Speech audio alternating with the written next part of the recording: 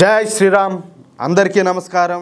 Welcome to news అఖండ. నేను మీ కస్తూరి శ్రీధర్. మిత్రులారా, రాహుల్ గాంధీ ఒక పెను సంచలనాన్ని అయితే సృష్టించినాడు. ఆయన సృష్టించినటువంటి ఆ పెను సంచలనం దెబ్బకు ఏకంగా మోడీ గారే ఇరకాటంలో పడిపోయినారు. సరే, అది ఎట్లా ఏందనేది ఈ న్యూస్ ద్వారా చెప్పే ప్రయత్నం చేస్తా. ఓకేనా మిత్రులారా, ఈ న్యూస్ చెప్పబోయే ముందు మీకందరికి కూడా పేరు పేరున ఒక చిన్న విజ్ఞప్తి.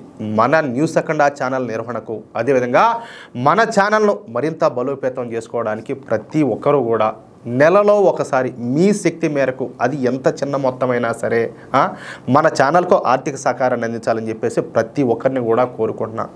స్క్రీన్ మీద వచ్చేసి మన ఛానల్కి సంబంధించినటువంటి ఆ క్యూఆర్ కోడ్ స్కానర్ ఉంటుంది. అలాగే దాని కింద వచ్చేసి నెంబర్ ఉంటుంది. ఆ నెంబర్ ఒకవేళ మీకు డబ్బులు పంపించడంలో ఏవైనా ఇబ్బందులు తలెత్తితే అదే నెంబర్కు వాట్సాప్ ఉంటుంది. వాట్సాప్లో నాకు ఒకసారి మెసేజ్ చేయొచ్చు. ఖచ్చితంగా మన అకౌంట్కి సంబంధించిన డీటెయిల్స్ కూడా నేను మీకు ఇస్తాను. ఒకవేళ మీరు కాల్ చేసినప్పుడు నేను స్పందించకపోయినా మీరు పెట్టేటటువంటి మెసేజ్కు తప్పకుండా రిప్లై ఇస్తాను. అలాగే మన అకౌంట్స్కి సంబంధించిన డీటెయిల్స్ కామెంట్ బాక్స్లో ఉంటాయన్నమాట.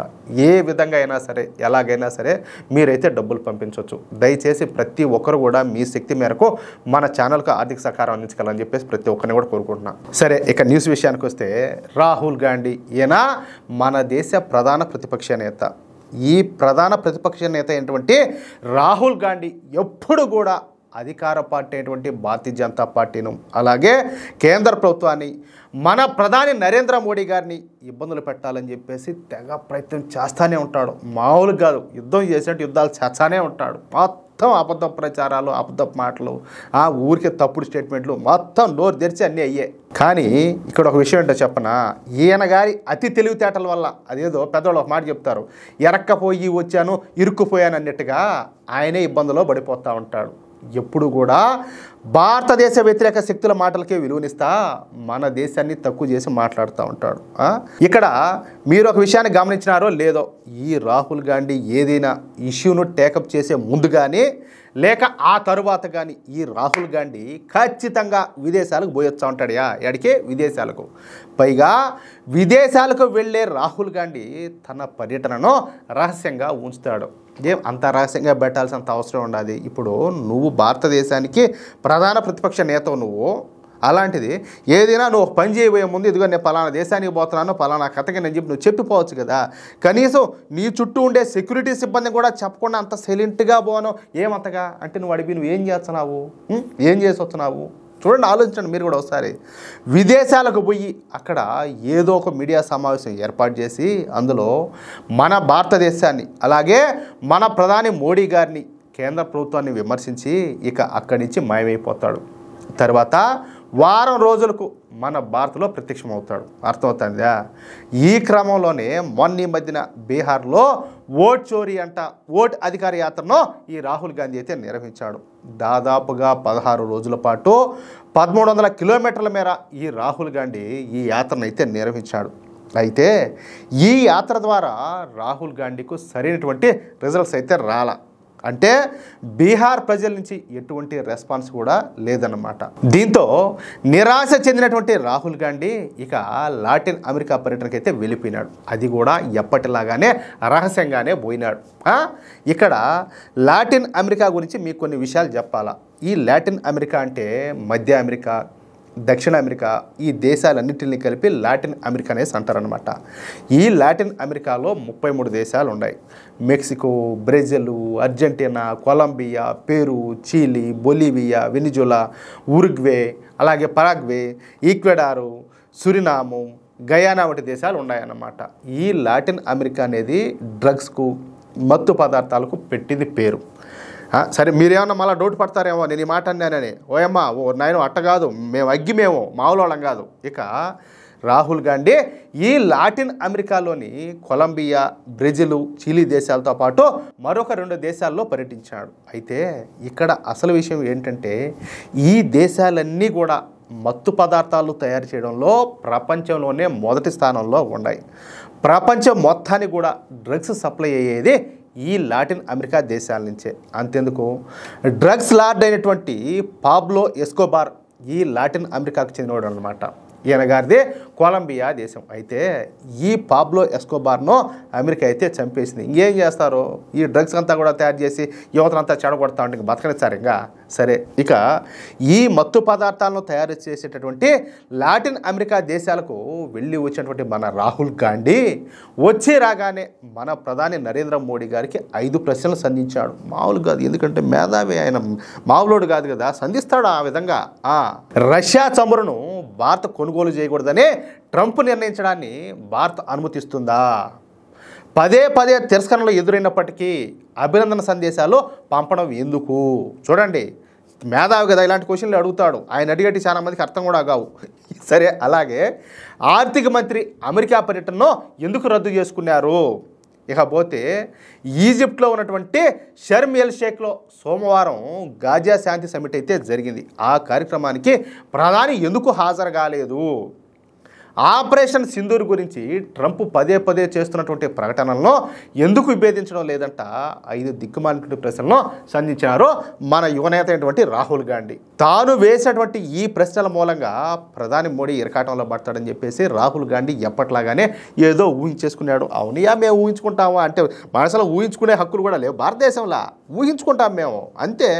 కానీ పరిస్థితులన్నీ కూడా ఎప్పట్లాగానే అందుకు భిన్నంగా మారిపోయినాయి అన్నమాట. ఇక ఈ రాహుల్ గాంధీ వేసినటువంటి ఈ 5 దిక్కుమాల ప్రశ్నలకు సమాధానంగా మన వాణిజ్య శాఖ కార్యదర్శి అయినటువంటి రాజేష్ అగర్వాల్ గారు తిరుగులేనటువంటి సమాధానం ఇచ్చాడు. ఇది మా అవమానం, నేను ఒప్పుకోను. ఆ మాదిరిగా కాదు, ఆ అవతల మా 56 ఏళ్ల యువనేత, ఈ దేశానికి ప్రతిపక్ష నేత అయినటువంటి రాహుల్ గాంధీ ప్రశ్నలన్నీ కూడా సంధించే మీరేమో వాణిజ్య శాఖ కార్యదర్శి దగ్గర మీరు సమాధానాలు చెప్పించారా? మా ఓడేంది, మా ఓడి రేంజ్ ఏంది, మా కథ ఏంది, ఎంత అవమానం మాకు ఇది. దీనికి సమాధానం చెప్పాల్సింది చెప్తే ఆర్థిక శాఖ మంత్రి చెప్పాలా, లేకపోతే మోడీ గారు చెప్పాలా? కాదు, ఏం చేయది, ఎంత అవమానం మాకు. ఈ మాట చేర్చే మేము తట్టుకోలేము. ముందుగానే మా హృదయాలు చాలా లేతవి అన్నమాట, పసి హృదయాలు మాయి. మేము ఆ మారి మాట్లాడకూడదు, మీరు మమ్మల్ని ఆ విధంగా అవమానించకూడదు. అర్థమవుతుందా? సరే, ఈ సందర్భంగా మీడియా సమావేశాన్ని ఏర్పాటు చేసినట్టు ఈ రాజేష్ అగర్వాల్ మాట్లాడుతా అమెరికాతో సంబంధాలను పునరుద్ధరించేందుకే ప్రధాని నరేంద్ర మోడీ గారు ఆచితూచి వ్యవహరిస్తారు. మనకు అమెరికాతో స్నేహం అనేది అత్యంత అవసరమైనటువంటి విషయం. ఎందుకంటే మనం అమెరికాతో $500 బిలియన్ వాణిజ్య ఒప్పందం చేసుకోబోతున్నాం. అంటే మన దేశ కరెన్సీలో 44 లక్షల కోట్ల రూపాయలు అన్నమాట. మరి ఇంత అతి పెద్ద ఒప్పందం చేసుకోవాలంటే మనం కూడా కొంత పట్టువిడుపుతో ఉండాలి, అవునా కాదా?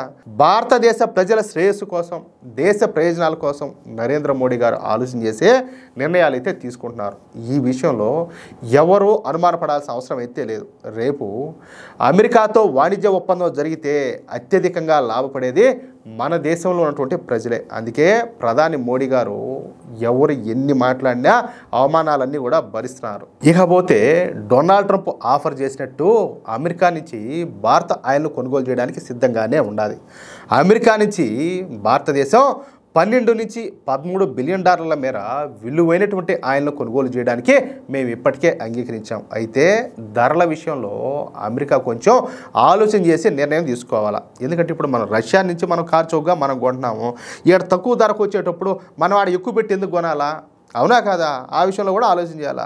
మాకు సరైనటువంటి రేటుకో ఆయిల్ను అమ్మితే మేము అమెరికా నుంచి ఈ ముడి చౌరుని అయితే కొనుగోలు చేస్తాం, లేదంటే అమెరికా అసలు అయితే వదులుకోవాల్సిందే అంటూ రాహుల్ గాంధీ పేరు చెప్పకుండానే రాహుల్ గాంధీకి పాపం చెంప చెల్లుమనేటట్టు కౌంటర్ ఇచ్చాడు ఆయన. ఎవరో ఆ వాణిజ్య శాఖ కార్యదర్శి.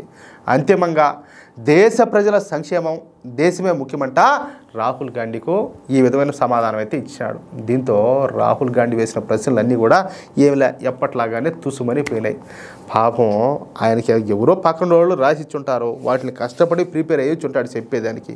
మీరేమో ఇటువంటి సమాధానాలు చెప్తే ఆయన బాధపడ్డా, ఆయన ఏదేదో అడుగుతాడు, ఆయన ఏం అడిగేది ఆయనకు కూడా తెలియదు, దానికేమో మీరు ఇటువంటి సమాధానాలు చెప్తే ఎట్లా ఆయన తట్టుకున్నాడు. కానీ ఎవరన్నా అంటే రాజకీయాలు వదిలేసి వారి విదేశాల్లోనే ఉందరు.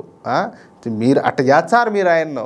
ఒక పక్క ఆయనేమో బీజేపీ స్టార్ క్యాంపెయినర్ అయిపోయా, ఆయన ఆ విధంగా బాధపడితే ఎట్ట మీరు?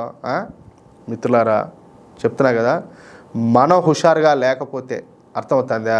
ఇప్పుడు మన దేశం గత 11 సంవత్సరాలుగా ఏ స్థాయిలో అభివృద్ధి చెందుతుందో మనం కళ్ళారా చూస్తున్నాం. కానీ ఈ ప్రభుత్వాన్ని పడగొట్టి మళ్ళీ ఈ దుర్మార్గులంతా అధికారంలోకి రావడానికి విశ్వ ప్రయత్నాలు చేస్తున్నారు. ఎక్కడ లేనటువంటి కుట్రలన్నీ కూడా చేస్తున్నారు. ఈ కుట్రలు మన దేశంలోనే కాదు, బయట దేశాల్లో కూడా జరుగుతున్నాయి. అందుకే ఈయన గారు బయట దేశాలకు పోయేసి వస్తుంది. ఒక్కోసారి పోయే కొన్ని ప్రిపేర్ చేసి వస్తాడనమాట.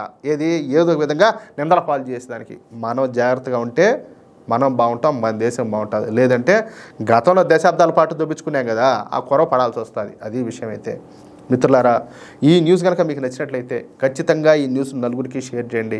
అలాగే ప్రతి ఒక్కరు కూడా మీ యొక్క అమూల్యమైనటువంటి అభిప్రాయాలను కామెంట్ రూపంలో తెలియజేయండి. ఇంకో విషయం ఏంటంటే, ఇంతవరకు మీరు కనుక మన ఛానల్ను సబ్స్క్రైబ్ చేసుకున్నట్లయితే ప్రతి ఒక్కరు కూడా మన ఛానల్ను సబ్స్క్రైబ్ చేసుకోండి, సపోర్ట్ చేయండి ప్లీజ్. జై శ్రీరామ్, జై హింద్.